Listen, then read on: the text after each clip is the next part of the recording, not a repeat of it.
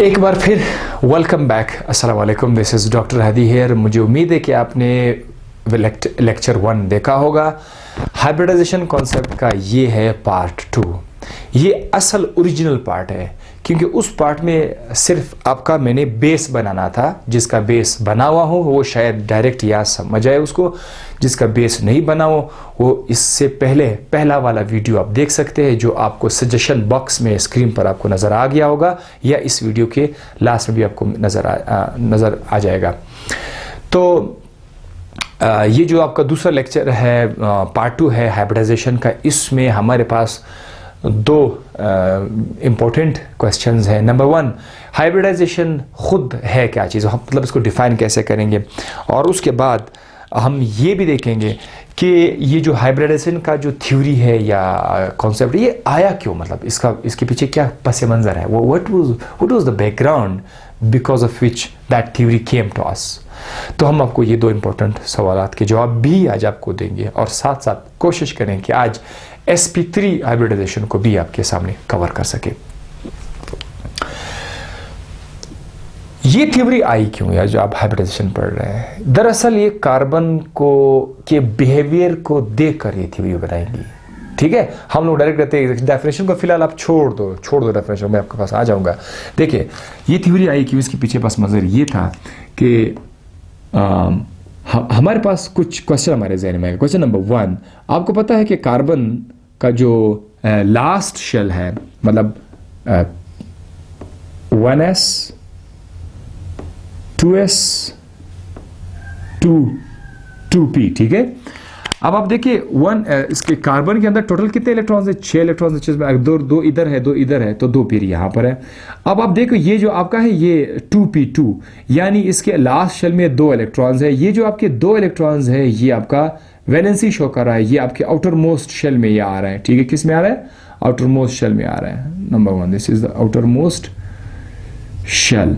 ये 2s and 2p, sorry ये दोनों जो है ये आपका आउटर मोस्ट शेल में आ रहा है। अब सवाल यह है कि कार्बन को अगर हम इस 2p2 को देखें कि अगर ये बॉन्डिंग में हिस्सा ले लें, ठीक है, बिकॉज ये हमारे पास क्या है, ये हमारे पास पेयर्ड है। यहाँ पर जो 2 इलेक्ट्रॉन है वो हमारे पास जोड़े की सूरत में है, ये जो है ये जोड़े की सूरत में। ये जो 2 इलेक्ट्रॉन है ये अनपेयर्ड है।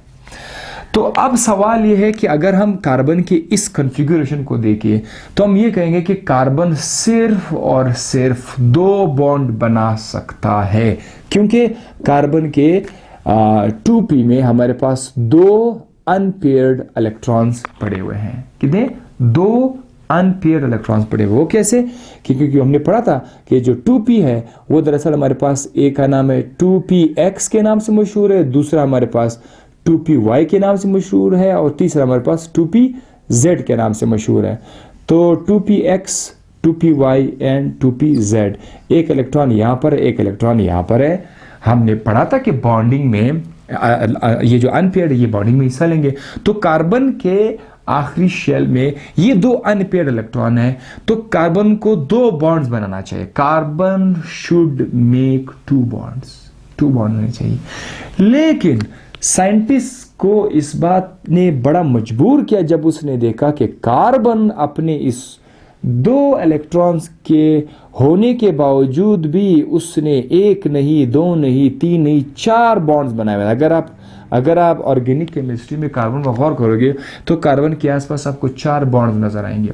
ये थोड़ा सा इख्तिलाफ शो कर रहा है, एक साइंटिस्ट को सोचने पे मजबूर कर रहा है कि 4 बॉन्ड्स अगर यहाँ पर है लेकिन वहाँ पर है इसके 2 अनपेयर्ड इलेक्ट्रॉन्स है, तो ये 2 अनपेयर्ड से 2 बॉन्ड बने, ये 4 क्यों हैं?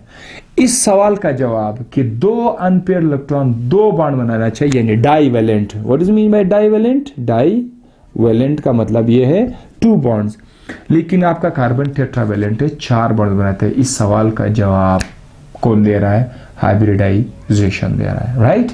ये आपका पहला सवाल है, ठीक है। सवाल नंबर 2, क्वेश्चन नंबर 2, अगर हम कार्बन के जो ये जो ऑर्बिटल्स है, अगर हम इसको गौर से देखें, एनर्जी वाइज अगर इसको देखा जाए, ठीक है, नीचे से ऊपर जो है ऑर्बिटल्स भी लो एनर्जी, हाई एनर्जी, इस तरह के ऑर्बिटल्स आपको मिलेंगे। तो अगर मैं कहता हूँ कि ये 1s ऑर्बिटल यहाँ पर है लो एनर्जी, फिर उसके बाद है 2s ऑर्बिटल है, and then we have 2p orbital, ठीक है। तो 2 इलेक्ट्रॉन्स यहाँ पर है आपके 1s2 में है, और 2 इलेक्ट्रॉन्स आपके 2s2 में है, और 2 इलेक्ट्रॉन्स आपके 2p उसमें है, 2p ऑर्बिटल में है। तो ये जो 2p ऑर्बिटल है आप इसको 2px 2py भी लिख सकते हैं, 2px 2py 2pz। तो ये इसका लेवल है, और ये इसका लेवल है, ये इसका लेवल है एनर्जी का। अगर हम ये कहें कि ये जो 2s इलेक्ट्रॉन्स हैं और ये जो 2p में 2 इलेक्ट्रॉन्स हैं, ठीक है, ये जो, चलो हम ये सपोज करते हैं कि बॉन्डिंग में ये जो 4 बॉन्ड्स हैं वो इसलिए आए क्योंकि ये 2 इलेक्ट्रॉन्स ये है और 2 इलेक्ट्रॉन्स ये, 4 इलेक्ट्रॉन्स ने बॉन्डिंग में हिस्सा ले लिया था, ठीक है। अब ये जो 4 इलेक्ट्रॉन्स है मेरे भाई, इसका एनर्जी कुछ और है और इसका एनर्जी कुछ और है, ठीक है ना। तो आप सीक्वेंस में देखें, इसकी एनर्जी कम है, इसकी सबसे, तो इनकी एनर्जी डिफरेंट है। ये कैसे हो सकता है कि जिनकी एनर्जी डिफरेंट हो, डिफरेंट एनर्जी वाले इलेक्ट्रॉन्स हो, वो आगे जाकर हमारे लिए एक ही तरह के बॉन्ड बना ले? ये कैसे हो सकता है? अगर आप कार्बन को देखें, कार्बन ने यहाँ पर जो है 4 एटमों के साथ बॉन्ड बनाया। लेट्स सपोज ये एटम, एक एटम है, ये दूसरा एटम है, ये तीसरा एटम, ये चौथा एटम है, 4 एटम के साथ कार्बन ने बॉन्ड बनाया हुआ है। तो अगर आप गौर करें ना, तो ये बॉन्ड पर ये इस बॉन्ड का लेंथ और इस बॉन्ड का लेंथ सब आपस में बराबर है। तो ये क्या कर रहा है, ये हमें इस बात पे दोबारा सोचने में मजबूर कर रहा है कि अगर इन इलेक्ट्रॉन्स की एनर्जी में इख्तिलाफ है, डिफरेंट एनर्जी वाले इलेक्ट्रॉन्स, तो फिर ये बॉन्ड सेम कैसे आया, बॉन्ड लेंथ सेम कैसे आया? ये क्वेश्चन नंबर 2 है जो हमें इस बात पे मजबूर करे कि कुछ तो है, देयर इज समथिंग। तो फिर एक साइंटिस्ट आया, उसने इन 2 सवालों के जवाब देने की कोशिश की एक थ्योरी की शक्ल में। उस थ्योरी का नाम क्या है? हाइब्रिडाइजेशन। तो आई होप आपको ये पहले समझ आ गया होगा कि इससे पहले कि टॉपिक स्टार्ट करने से पहले आपको मैं डायरेक्ट हाइब्रिडाइजेशन का प्रोसेस बताना शुरू करता। 5 मिनट भी नहीं लगते उसमें, 5 मिनट भी नहीं लगते उस चीज में। लेकिन ये ही चीज है कि स्टूडेंट को पता होना चाहिए कि भाई ये आया क्यों, ये थ्योरी आई क्यों, वाई। सो अब आपको समझ आओगे, 2 सवाल थे, उन 2 सवाल के जवाब हमारे पास आ गए। अब वो जवाब हमने किस तरह से उसको जवाब देने की कोशिश की, वो जवाब ये है कि हमारे पास जो ये जो 2p है, इसको दरअसल हम लोग किस तरह लिख देते हैं? अगर आपको याद हो कि हमारे पास ये है 2px 2py 2pz, ये है 2p x ऑर्बिटल, ये है 2p y ऑर्बिटल, और ये है 2p z ऑर्बिटल। ये मैं आपको पहले पार्ट 1 में मैं बता चुका हूं। हम लोग ये कहते हैं कि चलो एक इलेक्ट्रॉन यहां पर px में है, एक इलेक्ट्रॉन py में मौजूद है। अब हुआ क्या कि ये जो इलेक्ट्रॉन है 2s का, जो 2 इलेक्ट्रॉन है, इससे एक इलेक्ट्रॉन को हम लोगों ने एक्साइट किया। क्या किया? एक्साइट किया। एक्साइट का मतलब ये है कि इसको जब आप एनर्जी देते हैं तो ये ऊपर की तरफ जंप लगाएगा। ये जिसको जब आपने एक्साइट किया, तो ये जो एक्साइटेड इलेक्ट्रॉन है ये कहां पर आया? ये यहां पर आया, ठीक है। ये एक्साइटेड इलेक्ट्रॉन अब यहां पर आया, तो इसको हम लोगों ने क्या कर दिया? इसको हम लोगों ने अकेला बना दिया। अब आप यूं समझे कि ये जो पूरा का पूरा जो 2s है, ये इसके लेवल के साथ आ गया, ठीक है, ये इसके लेवल के साथ आ गया। तो अब हम लोग इसको इस तरह से लिखेंगे, ये हो जाएगा अब हमारे पास ये हो जाएगा 3 ब्लॉक्स, और यहाँ पर जो है आपका हो जाएगा 2s1। तो यहाँ पर हम लोग क्या लिख देते हैं? 2s, ये है आपका 2s1, और ये है आपका 2px 2py 2pz। अब 2s1, इधर भी एक इलेक्ट्रॉन पहले से था, यहाँ पर भी था, इधर एक एक्साइटेड इलेक्ट्रॉन आ गया। अब आप जरा देखें, अब हमारे पास लॉन पेयर अनपेयर्ड इलेक्ट्रॉन 1 2 3 4, हमारे पास अनपेयर्ड इलेक्ट्रॉन 4 इलेक्ट्रॉन है। तो इससे इस बात का अब अंदाजा हो सकता है कि जी हाँ, कार्बन 4 बॉन्ड्स बना सकते हैं, ठीक है। तो वो जो सवाल था कि कार्बन को डाइवेलेंट होना चाहिए था, अब ये टेट्रावेलेंट क्यों है? तो जवाब हमारे पास आ गया कि भाई एक्साइटेशन हुआ, एक इलेक्ट्रॉन या 2s को छोड़कर वो 2pz में आया, अब हमारे पास एक इलेक्ट्रॉन ये अवेलेबल है, अनपेयर्ड है, ये बॉन्ड बनाएगा, ये बॉन्ड, ये बॉन्ड, ये भी बॉन्ड बनाएगा, ठीक है, क्योंकि सब ये 2 में मौजूद है, 2 शेल में 2 में मौजूद है, तो ये 4 इलेक्ट्रॉन 4 बॉन्ड बनाएंगे, ये बात खत्म। अभी भी दूसरा सवाल हमारे लिए मसला है कि देखो इसकी एनर्जी कुछ और है। अब देखो, अब अगर ये px है तो उसकी एनर्जी कुछ और है, तो उसकी एनर्जी कुछ और है। अब हमने क्या किया, एक और कंसेप्ट हमारे पास आया कि जब इलेक्ट्रॉन एक्साइट हो गया, ठीक है, उसके बाद फिर क्या होने वाला है कि ये एक किस्म की मिक्सिंग हुई, इनके आपस में मिक्सिंग। अभी ये देखो डिफरेंट शेप है ना, आपको मैंने पहले वीडियो में बताया था कि एस का जो शेप है वो गोल होता है, ठीक है।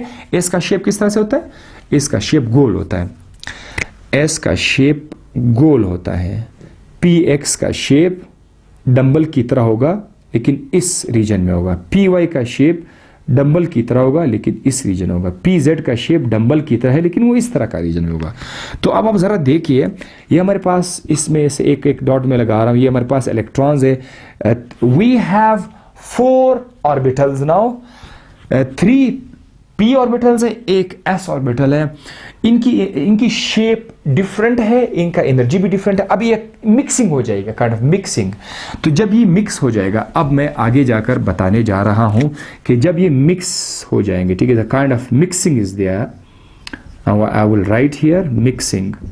सो जब मिक्सिंग हो जाएगी तो ये 4 के 4 मिक्स हो जाएंगे, हमारे पास क्या होगा, न्यू ऑर्बिटल्स अब हमारे पास आ जाएंगे। जब ये मिक्स हो जाएंगे तो उसके लिए हमारे पास क्या मिलेगा, न्यू ऑर्बिटल्स हमारे पास आ जाएंगे।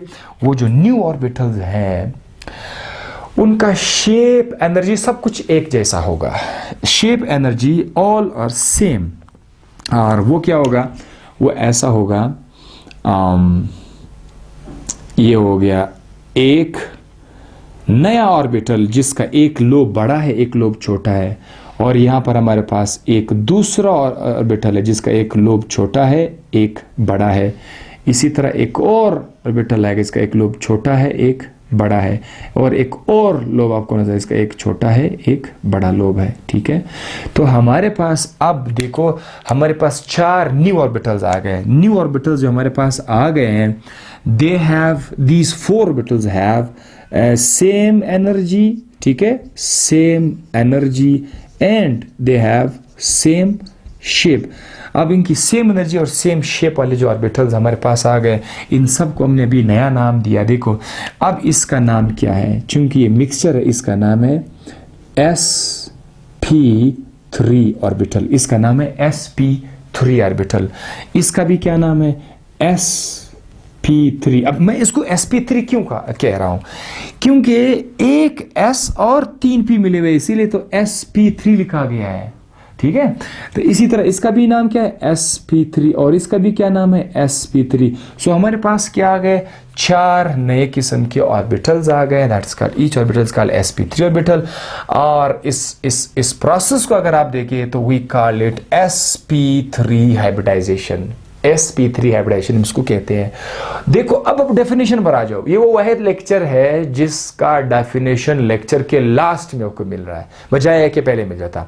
अब आप देखिए, वो प्रोसेस जब डिफरेंट शक्ल वाले और डिफरेंट एनर्जी वाले ऑर्बिटल्स आपस में मिक्स हो जाए, न्यू ऑर्बिटल्स आ जाए, उन सब की एनर्जी सेम और शेप भी सेम हो, तो इस प्रोसेस को क्या कहते हैं, इस प्रोसेस को कहते हैं sp3 हाइब्रिडाइजेशन, इसको कहते हैं।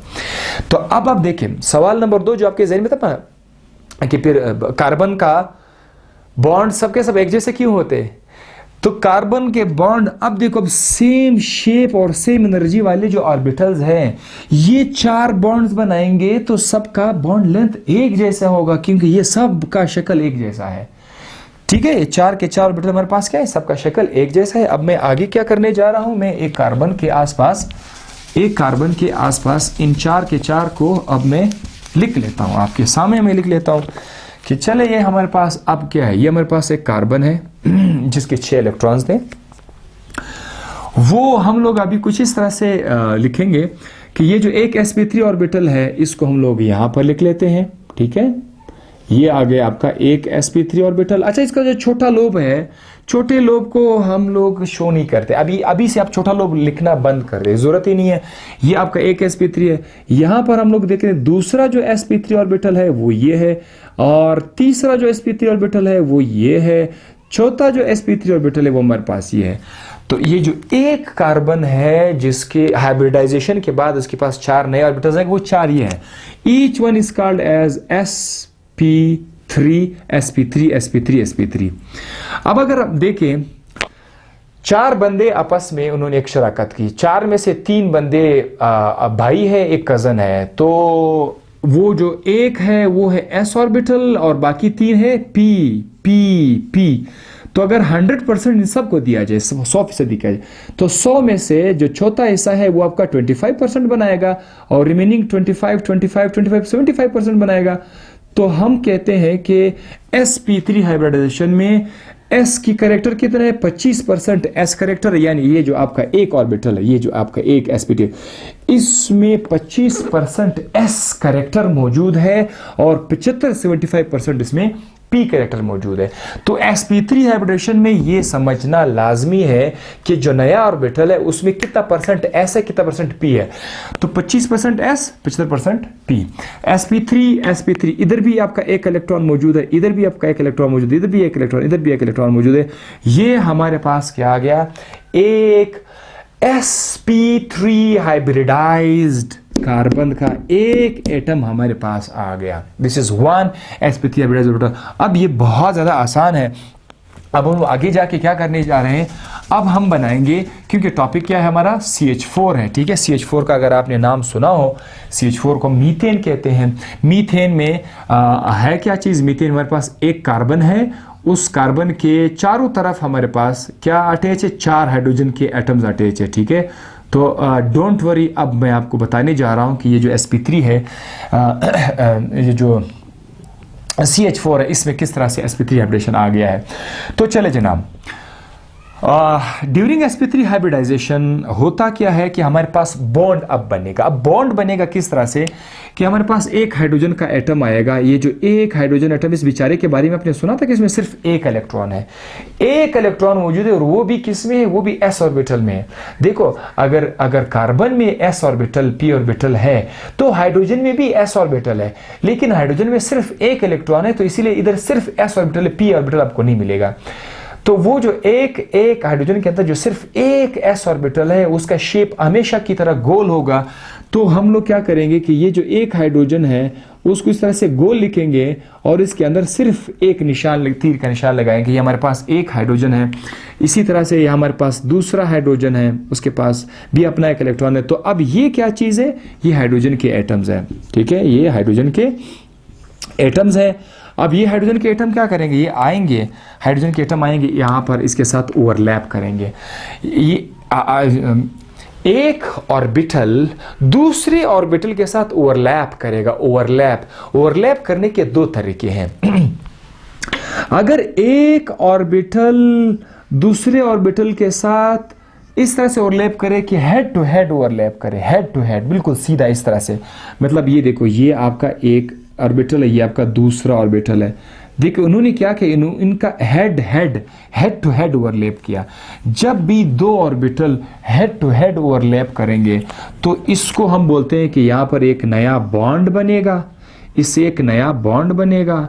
इस बॉन्ड का नाम क्या है, इस बॉन्ड का नाम है सिग्मा बॉन्ड। कौन सा बॉन्ड, सिग्मा बॉन्ड। तो आज के लेक्चर में आपने सिग्मा बॉन्ड को डिफाइन किस तरह से करना है, when the 2 orbitals overlap head to head, आप लिख सकते हैं head to head overlap of 2 orbitals is called sigma bond। अच्छा, दूसरा जो कौन सा बॉन्ड है, दूसरा है पाई बॉन्ड। पाई बॉन्ड क्या है, वो इसके लिए मैं फिर से ये जगह थोड़ा सा मिटाऊंगा, ठीक है। अब आप यहाँ पे देखें कि अब हमारे पास फिर से 2 ऑर्बिटल्स है। एक ऑर्बिटल जो है या आपका ये एक ऑर्बिटल है, ये आपका दूसरा ऑर्बिटल है। अगर ये 2 ऑर्बिटल्स हेड टू हेड के बजाय साइड टू साइड आ जाए, देखिए अब ये पहले ये ऐसे हेड टू हेड आ रहे थे, अब ये साइड टू साइड। अगर ये साइड टू साइड मिल जाए ना, अगर ये साइड टू साइड मिल जाए तो फिर इसको क्या नाम देंगे, इसको एक ही नाम देंगे, that is called as pi bond. कौन सा बॉन्ड, पाई बॉन्ड। तो पाई बॉन्ड इंशाल्लाह मैं आपको आने वाले जो लेक्चर्स है sp2 में और sp में आपको बताऊंगा। फिलहाल आज CH4 में सिर्फ और सिर्फ सिग्मा बॉन्ड का हम जिक्र करेंगे। तो व्हाट विल हैपन कि ये जो एक हाइड्रोजन का एटम है ये अपना एक s ऑर्बिटल, ये कौन सा ऑर्बिटल है, s ऑर्बिटल है, ये अपना s ऑर्बिटल को ओवरलैप करेगा किसके साथ, p ऑर्बिटल के साथ। तो अब देखो इसके अंदर 2 इलेक्ट्रॉन आ जाएंगे। फिर दूसरा जो हाइड्रोजन है वो अपना s ऑर्बिटल को इसके साथ ओवरलैप करेंगे, तो इसके अंदर भी कितने इलेक्ट्रॉन आ जाएंगे, 2 इलेक्ट्रॉन आ जाएंगे। फिर ये जो s ऑर्बिटल है ये भी यहाँ पर आकर इसको ओवरलैप करेगा, तो इसके अंदर भी कितने इलेक्ट्रॉन आएंगे, 2 इलेक्ट्रॉन आ जाएंगे। और यहाँ पर जो हाइड्रोजन है वो एक हाइड्रोजन यहाँ पर भी आके अपना ऑर्बिटल्स के साथ ओवरलैप करेगा, तो यहाँ पर भी हमारे पास 2 इलेक्ट्रॉन आ जाएंगे। अभी देखो 2 इलेक्ट्रॉन 2 इलेक्ट्रॉन 2 इलेक्ट्रॉन सब के सब 2 इलेक्ट्रॉन आ जाएंगे। यहाँ पर हमारे पास एक बॉन्ड बनेगा, ये पूरा का पूरा जो है ये हाइड्रोजन और कार्बन के बीच एक बॉन्ड बना, यहाँ पर हाइड्रोजन और कार्बन के बीच दूसरा बॉन्ड बना, यहाँ पर तीसरा बना और यहाँ पर ये 4 बॉन्ड्स बन गए। पता है ये कौन सा बॉन्ड है, इसका नाम है सिग्मा बॉन्ड। ये कौन है, ये सिग्मा बॉन्ड है। ये क्या है, ये सिग्मा बॉन्ड है। ये भी क्या है, ये भी एक सिग्मा बॉन्ड है। लेकिन इस सिग्मा बॉन्ड का अपने नाम याद रखना है, इसका नाम है sp3s सिग्मा बॉन्ड। इस तरह इसका भी नाम है sp3s sigma bond, sp3s sigma bond, sp3s sigma bond, sp3s sigma bond.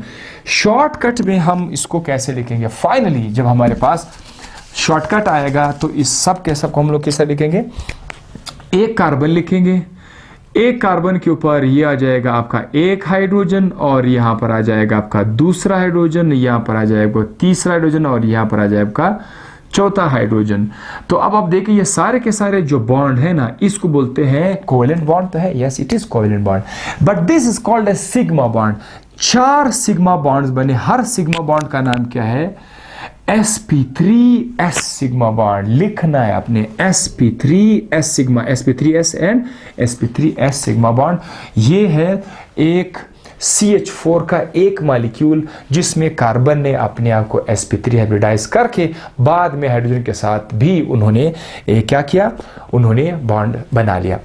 अब लास्ट में क्वेश्चन है कि ये जो एनर्जी आ रही है ये कहाँ से आ रही है जब इलेक्ट्रॉन एक्साइट हो रहा था, अक्सर सोच रहे होंगे। According to the federal book वहाँ पर ये कहते हैं कि कार्बन वैसे डाइवेलेंट है, ये शुरू में बॉन्ड बना लेता, थोड़ा अपना डाइवेलेंट बॉन्ड बना लेता, during bond formation energy release होती है। वो जो एनर्जी रिलीज हुई है उसी एनर्जी के थ्रू क्या हुआ, हाइब्रिडाइजेशन हुआ। और जब हाइब्रिडाइजेशन हुआ फिर तो 4 बॉन्ड्स आ गए, तो 4 बॉन्ड में मजीद एनर्जी थी, ज्यादा एनर्जी रिलीज हो गई कि उस ज्यादा एनर्जी ने CH4 के मॉलिक्यूल को एक स्टेबल मॉलिक्यूल बना लिया। एक नंबर 2, अकॉर्डिंग टू द इल्मी बुक वो कह रहे हैं कि ये साइमल्टेनियस है, मतलब इस तरह आप नहीं कह सकते कि पहले एक्साइटेशन हुआ बाद में मिक्सिंग हुई, नहीं इस तरह से नहीं है। वो कहते हैं कि जब ये बॉन्ड्स बन रहे थे उस वक्त एनर्जी रिलीज हुई थी, वो जो एनर्जी रिलीज हुई थी वही एनर्जी एक्साइटेशन में इस्तेमाल होगी। सो ये back to back same time पे हो रहा था। ये कुछ क्वेश्चन है जो अक्सर लोग पूछते हैं कि भाई एक्साइटेशन किस तरह से हुआ, तो ये याद रखिए ऐसा कभी हो ही नहीं सकता कि पहले एक्साइटेशन हो गया होगा बाद में वो मिक्सिंग हो गई हुई, नहीं ऐसी बात नहीं है। ये साइमल्टेनियस प्रोसेस है जो आई होप आपको समझ आ गया होगा। ये CH4 आपको मैंने बता दिया। अब लास्ट में जाते जाते मैं आपको CH3 भी ये भी बता दूंगा आपको कि आपको पता है कि ये कौन सा मॉलिक्यूल है। ऑफ कोर्स इसका नाम है ईथेन। इसका नाम क्या है, ईथेन। अब आप देखो ईथेन में एक CH3 दूसरी CH3 के साथ मिला हुआ है, तो आपने परेशान नहीं होना है। देखो ये हमारे पास क्या है, ये हमारे पास एक CH4 मॉलिक्यूल है। इस CH4 मॉलिक्यूल के लिए मैं सिर्फ एक ये जो एक मिटा रहा हूँ। देखो ये एक CH3 है, अब देखो ये हमारे पास एक CH3 बन गया। अगर आपको याद हो कि इस कार्बन के पास अभी भी क्या मौजूद है, ये एक sp3 हाइब्रिड ऑर्बिटल अभी भी इसके पास मौजूद है। अगर मैं एक और कार्बन इसी तरह से लिखूं, इसी तरह का एक और कार्बन लिखूं, उसने भी इतना सारा जंजाल किया होगा, उसने भी अपने आप को हाइब्रिडाइज किया होगा, sp3 हाइब्रिडाइज किया होगा और 4 ऑर्बिटल उसने बनाए होंगे। इस 4 के 4 का नाम क्या होगा, sp3 हर एक में एक एक इलेक्ट्रॉन भी होगा। और जिस तरह इसने हाइड्रोजन के साथ बॉन्ड बनाया उसने भी हाइड्रोजन के साथ बॉन्ड बनाया होगा। 3 हाइड्रोजन आ गए होंगे, ठीक है, 3 हाइड्रोजन आ गए होंगे, ये ठीक है, ये हमारे पास 3 हाइड्रोजन आ गए। लेकिन अब आप देखो ये जो एक sp3 है और ये जो sp3 है ये अब एक दूसरे के साथ क्या करेंगे, ओवरलैप करेंगे। तो ये एक sp3 जब इसके साथ ओवरलैप करेगा, चलो मैं ये एक sp3 ओवरलैप करेगा इसके एक sp3 के साथ, तो यहाँ पर अब हमारे पास फिर से 2 इलेक्ट्रॉन आ जाएंगे। ये आपको पता है ये फिर हेड टू हेड ओवरलैप है। So this is again a sigma bond, this is again a sigma bond. पता है इस सिग्मा बॉन्ड में और इस सिग्मा बॉन्ड में क्या फ़र्क है? ये जो सिग्मा बॉन्ड है ये है sp3 सिग्मा बॉन्ड, बाकी जो आपने देखा वो sp3s सिग्मा बॉन्ड था। ये आप ज़रा देखें सिग्मा बॉन्ड टोटल कितने सिग्मा बॉन्ड अगर आप काउंट करोगे, 3 सिग्मा बॉन्ड ये है, 3 सिग्मा बॉन्ड ये है, 1 सिग्मा बॉन्ड ये है। तो टोटल हमारे पास कितने बॉन्ड्स है? 7 सिग्मा बॉन्ड्स हैं। 7 में से 6 जो है वो हमारे पास sp3s है और सिर्फ एक जो है वो हमारे पास sp3 सिग्मा बॉन्ड है। तो कितना आसान है, जब आपने CH4 कर दिया तो अब ये इथेन इससे भी ज़्यादा इजी हो गया और आपको मैंने बता दिया। इसके साथ ही लेक्चर के आखिर में आपको मैं दोबारा से कुछ बताता चलूँ कि हमने आज हाइब्रिडाइजेशन को पढ़ा, इसका डेफिनेशन हम लोगों ने लर्न किया और उसके बाद हमने ये भी देखा कि ये आया क्यों। तो 2 क्वेश्चन थे हमारे पास, एक था कि कार्बन को डाइवेलेंट होना चाहिए तो ये डाइवेलेंट क्यों हुआ, और दूसरा ये कि अगर इसके पास डिफरेंट एनर्जी वाले इलेक्ट्रॉन्स होते हैं तो फिर इसके बॉन्ड लेंथ सेम क्यों आया।